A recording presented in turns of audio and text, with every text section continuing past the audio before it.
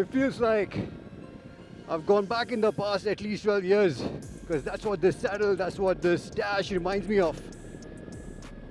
Because that's pretty much how long it's been since the Versys has been updated.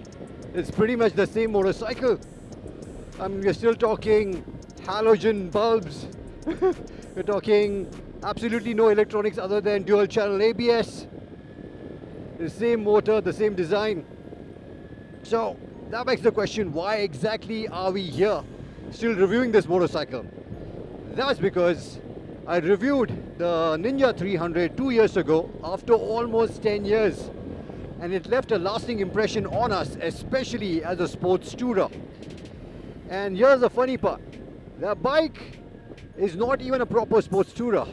This one is a proper adventure tourer with the same engine. So Kawasaki have bestowed this with all the important ingredients in terms of, yeah, you have an upright handlebar, you have a nice upright riding position, you have really wide comfortable one-piece seat which has been perfectly cushioned for long hours in the saddle. You have decent wind protection, it's not adjustable but it's there. You now have updated suspension, you have more travel, you have about 10 mm more travel at the front and 18 mm more rear wheel travel. And you of course have a 19-inch front and a 17-inch rear, which has helped solve the one Achilles heel of the Ninja 300, which was its 140 mm of ground clearance, which was a little too tight for comfort. The ground clearance now has gone up to 180 millimeters thanks to the 19-inch front, which is plenty and more even when you're riding with a pillion. Yeah, the engine is exactly the same. The 296cc parallel twin engine, which we have known forever, makes same 40 PS and I think 26 Newton meters of torque. But what Kawasaki have done to ensure that this, being a tourer, needs a little more tractability is they have added a much bigger rear sprocket, which is 4 teeth bigger than the one on the Ninja 300. I'm going to slow right down. I'm go right up to 2500 RPM in the third gear, and it still pulls cleanly. And up at the top, that's where the engine really comes alive. Really nice. So that was the other problem with the Ninja 300. It was a pain to ride around in the city because the engine, the motor is so revvy. It likes more revs. It likes to be revved. It only comes alive after 5000 RPM and really gets going after 8000 RPM. And now with the sprocket change on the Versys 300, that character hasn't really changed much, but at least the bigger sprocket helps you get in the right revs that much quicker. And that in turn has added a level of tractability for the Versys 300, which makes it really comfortable to ride around in the city as well. The other thing that you notice about the engine right away is the refinement. Man, it is so smooth.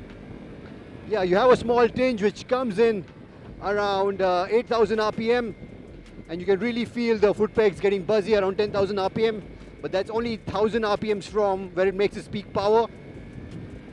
And honestly, in the 5th and 6th gear, in the higher revs, you can barely feel any vibration at all. I mean, this is a kind of refinement which I had almost forgotten. It's so smooth, especially on this capacity of motorcycle, which means you can easily ride all day long in the saddle comfortably, perched at 135, 140 kilometers an hour without a problem. And the windscreen, even though it's not adjustable, it's actually doing a pretty good job for my 511 frame. There is not any buffeting at all, even when I'm riding at 140, 145 kilometers an hour. It's the same 6-speed transmission that we have known forever, and yeah, it doesn't get a quick shifter or auto flipper, but it does come with a slipper clutch, which makes the clutch really nice and light to operate. And also the gearbox is pretty slick once you wrap your head around. Again, using the clutch for shifting, it works really well. The gearbox is really smooth.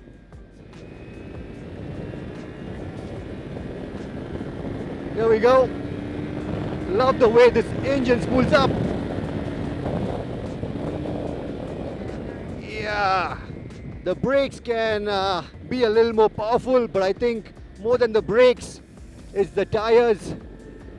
This comes with MRF's, I think, more grip tires, which I'm not a big fan of, because especially on a surface like this, which is quite slippery, they really fail to provide any kind of feedback, and they definitely don't really have the grip that something like the Tramplers or the Euro grips offer.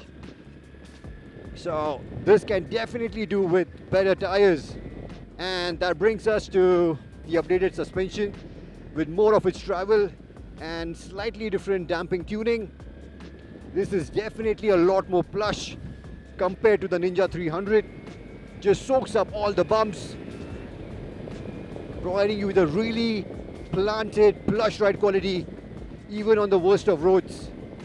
And last but not least, you have this same 17-litre tank, which we know is good enough for a solid 400 kilometer range, which I think is so crucial now, especially in the current generation of motorcycles, which might have a lot of tech, but this one is light at 179 kgs, but still has a solid 17-litre tank to give you the kind of range which you expect from a sports tourer or an adventure tourer, which is competition lacks.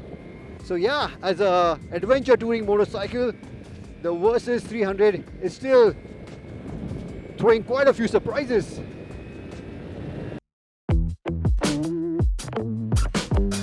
So in other words, this is Kawasaki going that if it's not broken, don't fix it. And the Versys X-300 does end up making a pretty strong case. But if you're going to be paying 3.8 lakhs, you cannot help but expect more. Like adjustable levers, at least LED lights, or a main stand as standard, considering that you're running tube type tires and spoke wheels. And yeah, maybe just a better design, because this is what the Versys X-300 has looked at for as long as we can remember. But then when you take into account its competition, so let's look at the Himalayan, which is a colossal 80,000 rupees cheaper than this, which makes similar power but a lot more torque. It's definitely a lot more capable off-road. It is also really comfortable, but the engine is nowhere close to as refined. And more importantly, it is a solid 17 kgs heavier than this motorcycle right here, which can be quite intimidating for new riders, especially who just want an adventure tourer and mainly want to stick to the road. And then on the other end of the spectrum, you have the new KTM 390 Adventure, which is about 13 or 14,000 rupees cheaper compared to this, which is again souped out to the T with all the electronics that you can think of. Again, a really powerful engine, much more power, much more torque, much more capable off-road. But then again, in their endeavor to appease everyone, they've gone for a lower seat, which has now sacrificed the comfort for taller riders. And it's again nowhere close to as refined as this bike right here. Which is the reason why the Versys X-300, as dated as it is, as basic as it is, still continues to shine and exist in this day and age, because it just captures the basic requirements of a tourer so much better than its competition. Like for example, among sports tourers or adventure tourers, this is the only option which you have today which offers a parallel twin engine, which means you also have really good refinement, which is unparalleled compared to its competition.